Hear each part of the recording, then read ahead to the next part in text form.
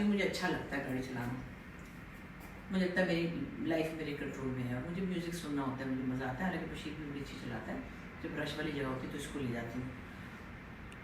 सड़ के आई हूँ, सड़ के। आप पूछे क्यों?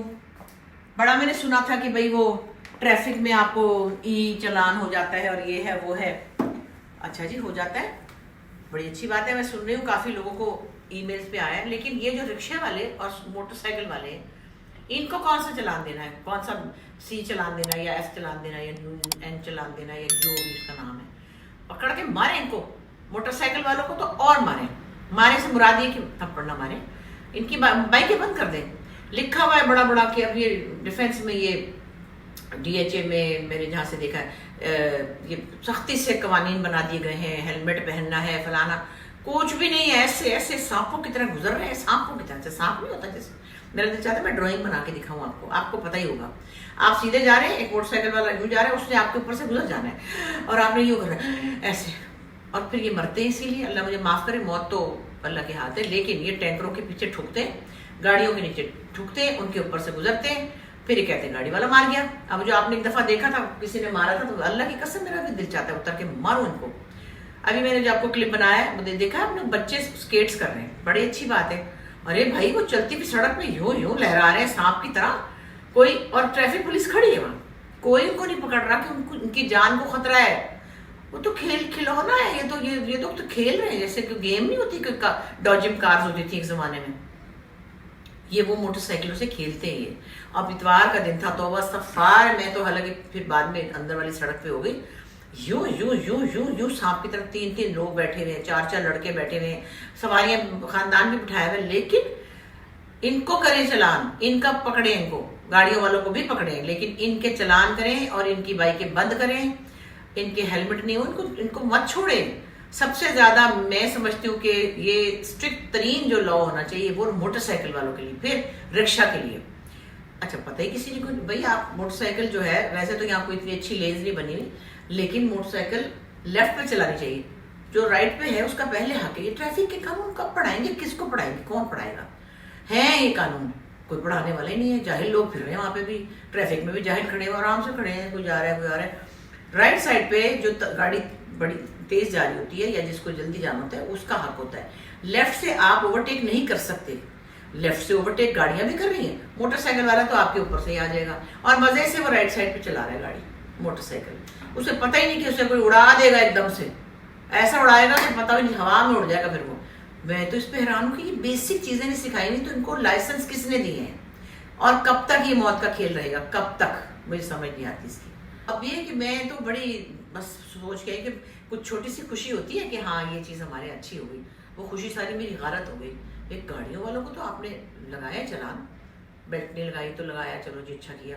इनको क्या होगा? इनका क्या करना है? इनका सोचे, इनका क्या करना है? ये कीड़े मकोड़ों की तरह, सांप की तरह आपकी गाड़ियों के नीचे ऊपर गुजर रहे हैं और आपको भी मार रहे हैं, खुद भी मर रहे हैं। इनके ऊपर सख्ती करें, इतनी सख्ती करें कि ये सोचे 2 दफा। भाई रेड लाइट पे तो ऐसे क्रॉस करके अभी भी गए मेरे आगे। अब मैं क्या करूं? जो तो लोग गालियां भी दे देते हैं मगर अपने सामने नहीं देते, उनको तो नहीं देते। एक दफा तो अल्लाह जानता है, मैंने ऐसे करके इशारा किया, ऐसे करके कि मतलब मैं तुम्हें खा जाऊं। वो आराम से चला गया, उसे पता ही नहीं। इतना खतरनाक। अब ये टैंकरों में ठुक रहे हैं, बज रहे हैं, खुद बज रहे हैं, टैंकर नहीं मार रहे इनको। लोग पकड़ के टैंकर को आग लगा देते भाई, वो उसको तो पता ही नहीं पीछे या कीड़े मकोड़े चल रहे हैं, उसको ठुक जाए आके, और वो टैंकर के तो कोने पे भी नहीं होता। मैंने आपको पहले भी कहा था, अमेरिका में लिखा होता है कि he can not see you, you have to be careful. जबकि वहाँ मोटरसाइकिलें नहीं होती हैं, वहाँ हजारों करोड़ों में से कोई एक अपनी शौकीनी से चला रहा होता है।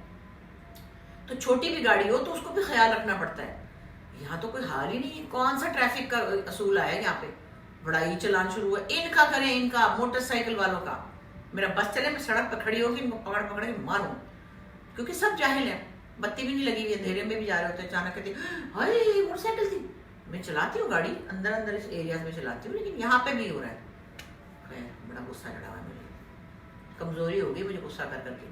मैं जूस पी रही हूँ अपना अनार और सेब और चुकंदर का। हाँ, अदरक भी डाल लें इसमें, नींबू भी, और काला नमक और थोड़ा सा गाजर। Thank you. शुक्र अल्लाह का, खैरियत से आ गई अपने घर। मैंने शुक्र किया, हल्की सी जैकेट निकाली है, मगर सच्ची बताऊँ ईमान में ठंड होती है, बाहर जाते कहती हूँ आए आए इसको काहे को पहन लिया। बड़ी अरमानों से रखी होती है हल्की हल्की हल्की हल्की जैकेट, फिर उसके साथ जूते भी तो मैच करने थे। ये भी तो मुसीबत है, जूते के पीछे पीछे ये पहन लिया। खैर अभी ज़रा सा अच्छा था, चिली था तो मैंने पहन लिया। बाल करा के आई हूँ, खिदमत करा के आई हूँ, बड़ा मज़ा आया। फिर मेरे बाल उसमें रिफ्रेश भी कर दिए और रूट्स भी कर दी। आपको अभी आपने देखा ना। और नदीम तो माशाल्लाह शोहरत की बुलंदियों पे कहता है मेरे पास इतने लोग आते हैं, आपने उनके बाल में की। मैंने कहा देख तो तेरे पास आई इसीलिए हूँ कि तू मैच्योर दोबारा से हो जाए। नहीं, बड़ा टैलेंटेड है माशाल्लाह। इसने मेरे ऐसे ऐसे हेयर स्टाइल बनाए हैं पाकिस्तान आइडल में कि मैं आपको बता नहीं सकती। और मैं खुद इसको बताती थी कि यूँ करना है तो यूँ करना है, लेकिन वो ऐसा माहिर है यूँ। कोई 15-16 साल से मेरे साथ ये एसोसिएटेड था। वो सिर्फ ये कि मैं चूँकि ईमान में आके बहुत ही फैल गई थी ना, यहाँ पे 2-3 सैलून है, तो मैं ज़ारा के पास जाने लगी। बड़ी अच्छी वो मेरी प्यारी ज़ारा स्टूडियो 9 है ना, नहीं स्टूडियो ज़ारा का है ना, ज़ारा स्टूडियो, तो स्टूडियो जी सॉरी कितने नाम बदल रही हूँ। तो उसमें फिर मैं जाने लगी तो मुझे आसानी हो गई। एक मेरी बिल्डिंग में भी है, एक यही इनकी ट्रायो की ब्रांच पीछे भी है। तो मैंने कहा बिल्कुल ही मतलब मैं घर में ही तकरीबन आ गया। लेकिन फिर ये वाले काम जो है ना कभी कभी ऐसा होता है कि आपको एक्सपर्ट से कराने होते हैं। और ज़ारा की बच्ची थी बहुत अच्छी, वो फिर बाहर चली गई। अभी उसके पास कोई हेयर के लिए मेरे हिसाब से नहीं है।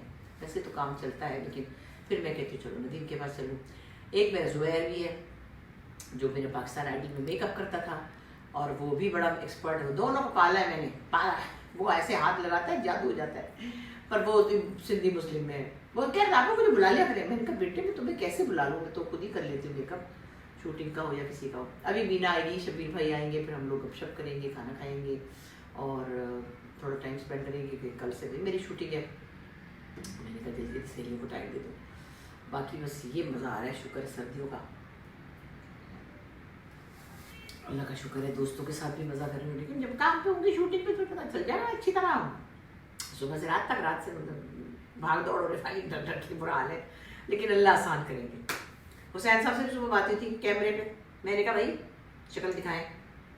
परसों तो हम कहीं हुमायूं के घर पे थे, तो हमारे बड़े प्यारे भाई हैं DAG महबूब लीला, उन्होंने उनको वो मिला दिया, क्या कैमरा फ़ोन जो है वीडियो कॉल। अच्छा वो अपना दाढ़ी वाले बाबा जो ना, उन्होंने पता सर्दी थी, सर पे कंटोप पहना हुआ था, जैसे कि बिल्कुल ही चिलगोजे बेचने वाले का नहीं होता कंटोप। मैं कहती हूँ बात सुने, ये जो आप धुस्सा लेते हैं ना चादर, और ये जो आप सर पे टोपा पहनते हैं, बिल्कुल आप बच्चा चुक लगते हैं, हंस रहे होते हैं, कहते हैं अच्छा मैं कहा बच्चे उठाने वाले में तो चादर में बच्चा उठा लेते हैं। वो एक ऐसे ही मलंग आदमी है, उनका यही स्टाइल है।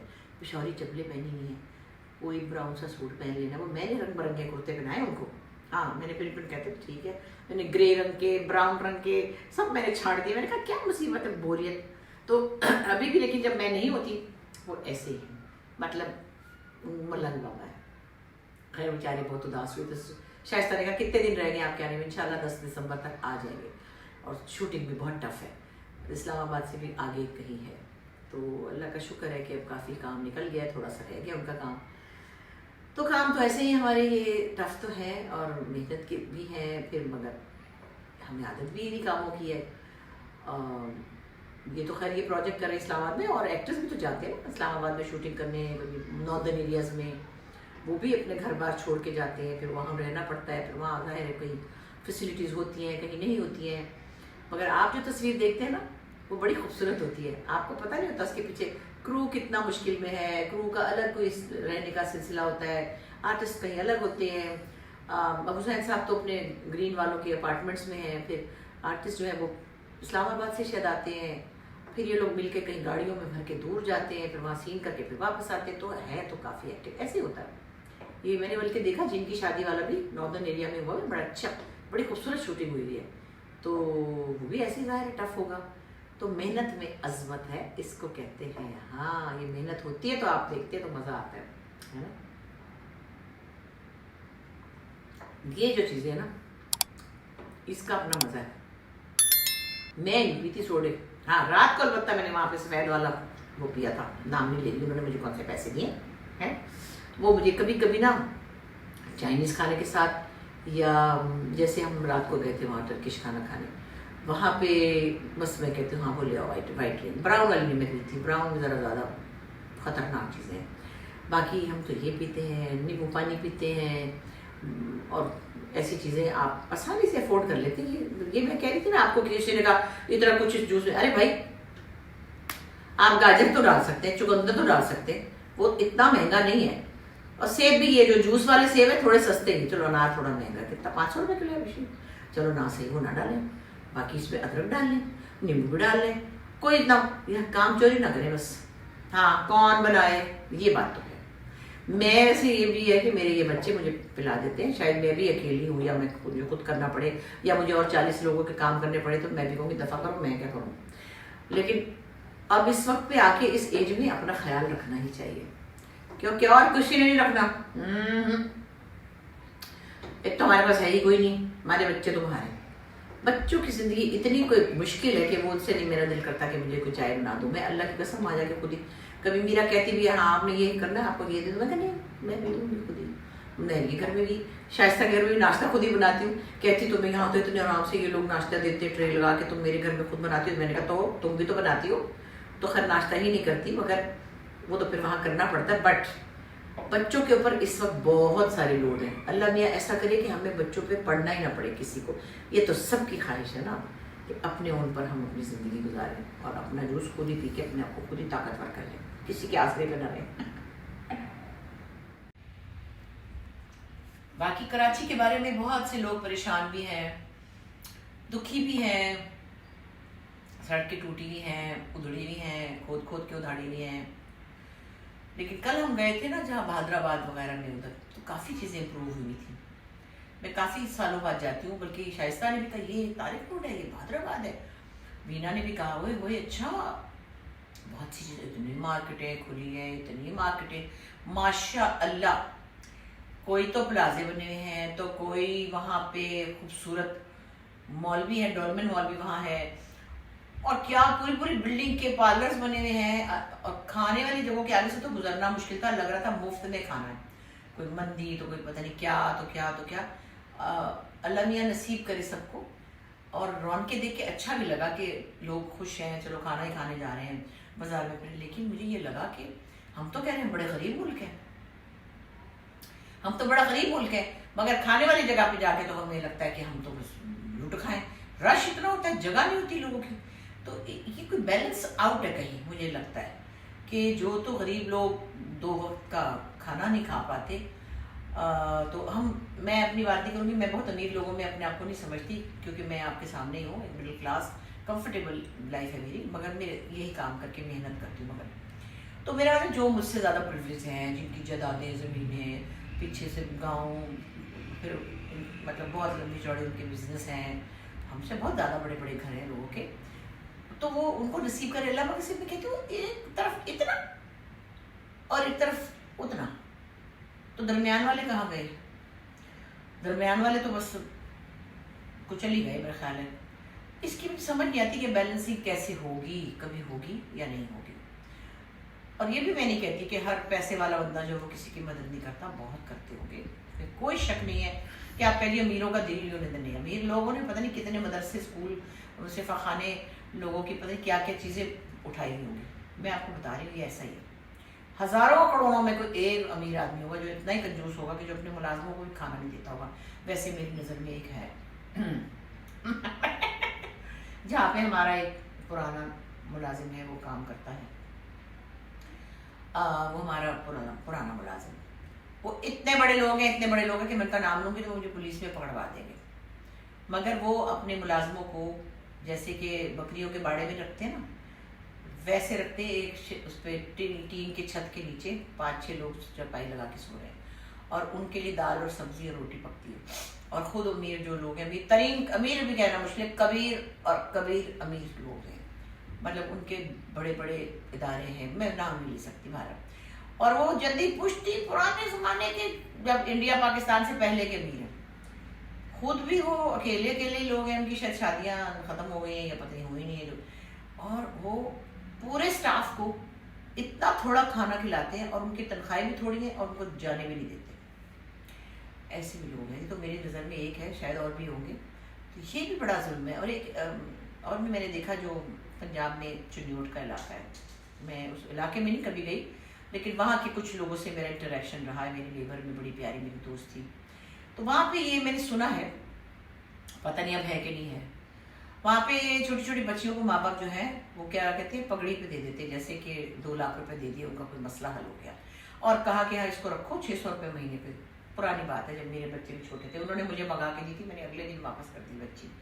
अब बच्ची चाहे रोए, चाहे धोए, चाहे कुछ करे, चाहे वो घर वाले उसको ठुकाई लगाए ना लगाए, उनकी मर्जी है। वो लड़की ने 18-20 साल तक वही रहना है, उसकी 600 रुपये महीना तनख्वाह लगी रहेगी, वो भी माँ बाप ले लेंगे, और 2-4 लाख जो उन्होंने पहले डाउन पेमेंट ली थी वो भी ले लेंगे। और फिर ये वादा होता है कि इसकी शादी में इसको जहेज देना है। उस जहेज के चक्कर में वो माँ बाप जो है उसको सारी जिंदगी बच्ची को खर्च कर देते हैं। सॉरी टू से, मैंने देखा खुद के, मैं उनके किसी रिश्तेदारों के किसी फंक्शन में गई थी, बाकायदा चल उधर बैठ, ये उठा, बच्चे को लेके खिला, छोटी सी बच्ची 8-10 साल की, इसे गोद में लेके तो नजर नहीं आ रहा तुझे, इसका दूध खोला। मैंने कहा अल्लाह, मुझे उसने ला दी एक बच्ची, मेरे बच्चे छोटे थे, मुझे लड़कियां चाहिए होती थी, मेरे ख्याल ऐसे ही 8-10 साल की थी बच्ची, मेरी बच्ची अभी अराउंड ऐसी थी 12-13-8 साल की थी। वो रो रो रो के लड़की पागल हो रही। मैंने कहा हाय अल्लाह, तो बहुत रो रही है। कहती कुछ नहीं, 2 थप्पड़ लगाओ 2 दिन में ठीक हो जाएगी। मैंने कहा ना ना ना ना ना ना, मैंने नहीं किसी रोते हुए बच्चे से काम कराना। मैंने कहा भाई नहीं। कहती तुम्हें पता नहीं है, बाद में इतनी सेट हो जाती है, कोई मसला ही नहीं होता, तो देखियो तो सही। मैं कहा ना, अभी ले जा इसको, रोता वो बच्चा, मैं इसको कहूँ तुम ये करो, थप्पड़ तो दूर की बात है, तो काम भी नहीं कह सकती। तो ये माइंडसेट होता है, और ये मैं सिर्फ एक की बात करूँ, सिंध में भी ऐसे होता है, ये तो पंजाब का इलाका है, शायद वहाँ पे भी होता हो, सरहद पे बलूचिस्तान में भी, तो आई डोंट नो। एक तो मुलाजिम रखना, फिर उनके साथ पूरा रवैया रखना, फिर उनको एक तरह से जर खरीद टाइप इंसान। तो बच्चियाँ पता नहीं किस तरह गुजारा करती होंगी, फिर उनके साथ क्या होता होगा, बेगमात उनके साथ जुल्म भी करती होंगी, मारती पीटती भी होंगी, गुस्सा भी करती होंगी, क्या पता कोई प्यार भी करती हो। लेकिन मैंने ये देखा कि वहाँ पे ये रिवाज था उस वक्त। आई डोंट नो अब ये है कि नहीं है। मैं चिन्योटी बहन भाई नाराज ना हो जाए कि मैंने एक चिन्योटी दोस्त है मेरी, उसके साथ ही एक्सपीरियंस किया है। खैर, ये तो मैं बशीर अगर कल रोने लग जाए ना कि मैं कहूँगी बेटे बेटे तो अपने घर चला जा, रोना। किसी को आप मतलब जिसका दिल दुखी है वो आपके पास रहे, तो आपको वो मज़ा नहीं आ सकता। खैर बार आए, बड़ी बातें बोली आज, जोश कमजोरी हो गई।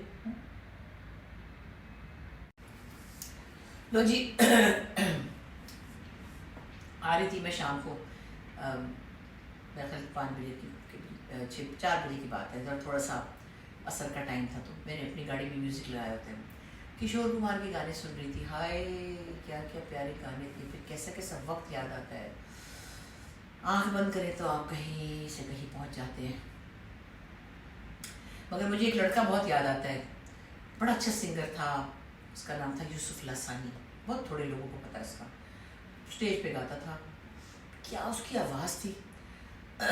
जो गाना मैं आज सुन रही थी ना, छू कर मेरे मन को, छू कर मेरे मन को किया तूने क्या इशारा, बदला ये मौसम लगे प्यारा जग सारा, छू कर मेरे मन को किया तूने क्या इशारा। जब वो गाता था ना स्टेज पे, तो मैं कहती थी उफ जादू है। वो किशोर साहब से भी 2-4 हाथ आगे था, लेकिन वो बहुत जवानी में चला गया, और मुझे भूलता नहीं वो आदमी। हालांकि मेरी कोई दोस्ती नहीं थी कि सलाम इतना, और जैसे वो स्टेज पे जाता था मैं कहती थी हाय हाय हाय। पर मैं ये ज़रूर बताऊंगी कि वो चला तो गया था, लेकिन वो कुछ इस वजह से गया था कि उसको कुछ मनशियात की आदत थी, मैंने सुना था। तो ये याद रखना चाहिए कि ज़िंदगी बड़ी प्रेशियस है। वैसे तो मौत का वक्त मुकर्रर है, बंदे ने घर में भी सोते सोते भी चले जाना है, लेकिन ये जो चीज़ें आपको नुकसान देती हैं, सिगरेट का धुआं है या किसी और नशे की चीज़ें हैं, आपकी सेहत ख़राब हो जाती है, सब कुछ ख़राब हो जाता है, घर भी ख़राब हो जाते हैं। पता नहीं क्यों लोग करते हैं, मुझे समझ में नहीं आता। अच्छा जी, लोग दुख बुलाने के लिए करते हैं, एक बहाना तो ये है, तो भाई दुख बुलाने के लिए करते हैं, तो भाई फिर जब वो नशा टूटता है दुख तो वहीं ना खड़ा रहता है, कम वक्त दुख तो जा ही रहा। मतलब किसी परेशानी से हटने के लिए आप कहते हैं ना सो जाए, जब उठे तो परेशानी तो वहीं खड़ी है, तो उसकी निस्बत आप उसकी जगह आप उठ के परेशानी दूर करने में एनर्जी लगा देना। कुछ कर लें, कोशिश करें, अपने आप को ख़त्म नहीं करना, अपने आप को तबाह नहीं करना, अपने आप को डैमेज नहीं करना। आपका अपना आप तो बहुत अहम है, उसकी हिफाजत करना बहुत बड़ा कहना चाहिए फ़र्ज़ है हमारा। तो बार ये तो खैर मैं ऐसी बातें करी, क्योंकि मैं तो खुद चाय भी नहीं सही से पीती, मुझे तो सही से चाय पीनी नहीं आती, क्योंकि मैं तो वो दूध में पत्ती मिला के मुझे दे देता तो समझो दूध ही पीती हूँ, उसके बाद कोई मेरा कॉन्सेप्ट नहीं चाय का। आज तो बशीर ने मुझे कॉफ़ी करके दी, धूप करके और बड़े मज़े की बना के दी है, बीट करके मैंने पी थी सुबह से, थोड़ी थोड़ी ठंड आ गई है। खैर तो बस ज़िंदगी के दिन अच्छे गुजर जाएं, ज़िंदगी के दिन सेहत के साथ गुजर जाएं, दोस्तों के साथ गुजर जाएं, बहनों के साथ गुजर जाएं। बहनें एक दूसरे को अप्रूव करती हैं, बहनें एक दूसरे को, मेरी बहन तो ऐसी हैं, हम चाहे एक दूसरे को मतलब कुछ भी हो, हम एक दूसरे को अप्रूव करते हैं। कुछ ना कुछ हमें मुख्तलिफ होता है, कभी कभार कह भी देती है बाजी, हम बाजी को, जैसे हमने कहा बाजी बाजी फलानी जगह कपड़े पहने थे तो वो जो सिल्वर थे वो तो गोल्डन था। बाजी का हाँ तो तुम और मानो तो दोनों इतनी बुरी लग रही थी, हम हंसने लग गए। चलो वो कोई मजाक है, मगर फिर भी वैसे भी बहनों की सोल बहुत एक दूसरे के साथ होती है। और अल्लाह ताला मेरी बहनों को सलामत रखे, अल्लाह ज़िंदगी दे। दोस्तें भी तो बहनों की तरह हैं, बल्कि बहनों से ज़्यादा भी हो जाती है कभी। अब शाइस्ता मुझे लिपट के कल इतना आंसुओं से हो रही थी कि तुम इतना ख्याल रख रही हो। मैंने कहा तो मैं तुम्हारे घर जाती हूँ तो मुझे ट्रे लगा के पता नहीं क्या क्या पेश करती हूँ। मैं तो ये बच्चों से कहती हूँ कि ये कर देना, वो कर देना, ये कर देना। मैं तो तुम्हारा कोई काम नहीं करी, ना मैं तुम्हारे कपड़े इस्त्री कर रही। अच्छा मैं वहाँ इसके कपड़े इस्त्री कर देती हूँ, वो कपड़े इस्त्री करने नहीं आते, ऐसे ही मुचड़े पहन के जा रही थी। मैं कहती पता नहीं मुझे तो ये नहीं आदत, क्योंकि वहाँ तो ये पहनते ना पतलूने शतलूने। मैंने कहा लाओ दो, मैंने कपड़े इस्त्री करके इतनी बड़ी सेलिब्रिटी मेरे कपड़े इस्त्री किए। मैंने कहा हाय अल्लाह, मैं तो जूते भी पॉलिश कर दूँ, मेरे दोस्त हों, मेरी बहनें हों, मेरे बच्चे हों, ये चार चीज़ें मुझे कुछ नहीं होता कि मैं कौन हूँ सेलिब्रिटी। घर में कौन होता है सेलिब्रिटी, घर में तो बस जूस पीते मज़ा करते हैं। चलिए जी बस आज इतना ही, मगरिब का टाइम हो गया। अस्सलामुअलैकुम, एक और नया दिन। और मैंने कहा चले 2 दिन से मुझे टाइम नहीं मिला था कोई क्लिप बनाने का, क्योंकि मैं बिज़ी थी। अब मैं जियो का एक प्ले कर रही हूँ तो उसमें काफ़ी इमोशनल सीन थे, 1-1 बजे रात को आ रही थी, तो फिर पागल हो रही थी बस इधर से उधर। आज मेरा नया दिन है, एक अगला प्रोजेक्ट शुरू हो रहा है इंशाल्लाह ताला, अभी आप देखेंगे रमज़ान में। उसमें भी मैं दादी बनी हूँ, ऐसी दादी आ रही हैं आप देखें।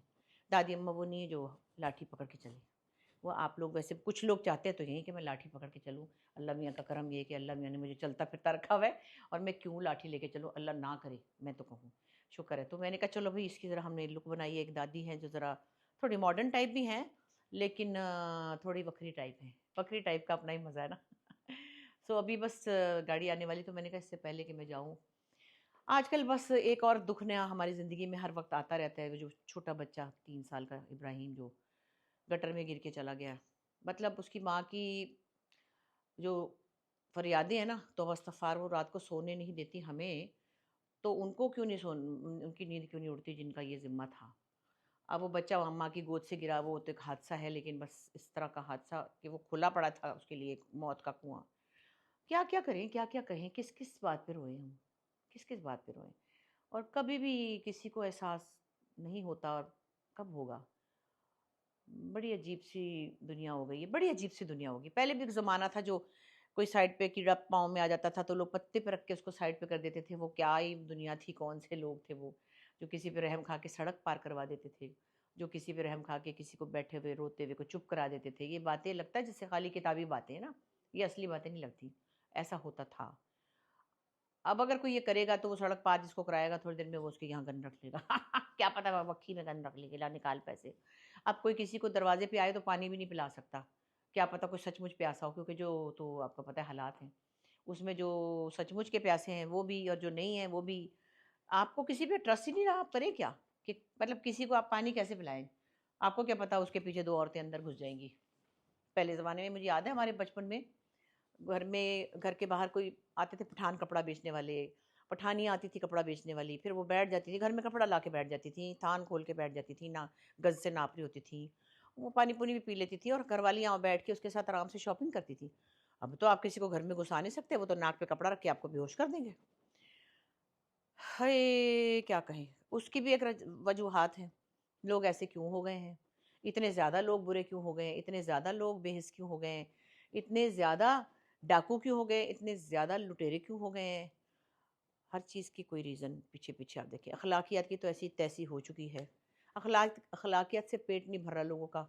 क्यों नहीं भर रहा, क्योंकि लोगों के पास वसाइल कम हैं। मैं जस्टिफाई नहीं कर रही हूँ किसी बुरे काम को, मैं ये नहीं कह रही कि वो कर रहे हैं तो बेचारे क्या करें।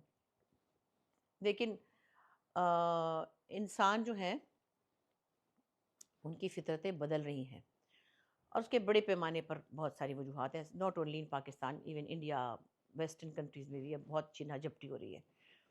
बस पता नहीं क्या हो रहा है, ज़्यादती, ज़ुल्म। और मुझे तो ऐसा लगता है हर चीज़ का मेरे पास एक ही प्रॉब्लम है, आबादी ज़रूरत से ज़्यादा। ज़रूरत से ज़्यादा से मुराद है कि अब जितनी जगह है, अगर एक कोई ज़मीन का टुकड़ा फॉर इंस्टेंस अगर आप ले लें, 5,000 गज का ही फर्ज कर लें, उस पर अगर आपने 25 लाख लोगों को बिठा दिया है, तो 25 लाख लोग क्या करेंगे? एक दूसरे को मार के लूट के खाएंगे। उनका पूरा ही नहीं होगा, ना वो लेट सकेंगे, ना वो बैठ सकेंगे, ना रोटी पूरी होगी। तो आपकी कैपेसिटी से ज़्यादा ज़रूरियात बढ़ गई हैं, ज़िम्मेदारियाँ बढ़ गई हैं, इंसान बढ़ गए हैं, फिर हर इंसान को ज़रूरत है। लोग बच्चे पैदा करने से नहीं रुक रहे। मैं क्या बोलूँ कि मेरी बस में होता तो मैं तो कानून बनवा देती कि 2 बच्चे। इसलिए नहीं कि ये अल्लाह माफ़ करे, अल्लाह के किसी प्रोसेस में रुकावट की वजह नहीं है, इसलिए कि उन बच्चों के लिए कितनी परेशानी है जिनको आप दुनिया में ला रहे हैं। मैं पहले भी शायद ये बात कर चुकी हूँ, आप सबको भी पता है कि रिज़्क का वादा अल्लाह ने किया है, लेकिन अल्लाह ने थोड़ी अकल भी दी है हमें। भी तो बहुत है, लेकिन अगर हम इतनी सी इस्तेमाल करें। बच्चा सिर्फ रोटी नहीं मांगता, सिर्फ पंखा नहीं मांगता, सिर्फ पानी नहीं मांगता। एक तरबियत, एक इंसान को आपने एक प्रोजेक्ट की तरह बड़ा करना है, उसको एक कारआमद इंसान बनाना है, उसको सेहतमंद रखना है, उसको दुनिया के लिए, ये सोसाइटी के लिए, इवन अल्लाह के कामों के लिए भी उसको एक सेहतमंद रवैया देना है। कैसे कर सकते हैं आप 10-15-12 बच्चों के साथ? आपके लिए 2 माँ-बाप बेचारे, छोटी-सी टीम होती है। इतने सारे बच्चों की तरबियत कैसे कर सकते हैं? उनको रोटी खिला लें वही बड़ी बात है, क्योंकि अब तो रोटी भी महँगी है। हाय अल्लाह, मैं क्या दुःख लेके बैठ गई सुबह-सुबह? ये दुःख तो सारा दिन हमारे साथ है, रात को भी हमारे साथ है, हर वक़्त हमारे साथ हैं। लेकिन आबादी कम करने के बारे में हम कोई लॉ ही बनाएँ तो कुछ होगा। लोगों की समझ में ये बात नहीं आ रही कि एक मोटरसाइकिल पे 5 बच्चे बिठा के जाना कितना ख़तरनाक है। जब आपकी औकात या आपकी हैसियत मोटरसाइकिल जितनी है, आपने ट्रक वाली फ़ैमिली क्यों बना ली है? सोचने की बात है, बहरहाल सोचिए। तो मैं अभी थोड़ी देर में बस निकलूँगी। अ, पहला दिन है, अल्लाह का नाम लेके सुबह मैंने दुआ की, या अल्लाह जो भी प्रोजेक्ट हो, चाहे वो 1.5 साल 1 साल बाद ही मैं ड्रामा कर रही हूँ, चाहे मुझे इतने साल हो गए, मैं स्टेज पे भी जाती हूँ तो मैं बस कहती हूँ अल्लाह मियाँ इज़्ज़त खैरियत रखना, बस ये हर नए काम से पहले होता है ना।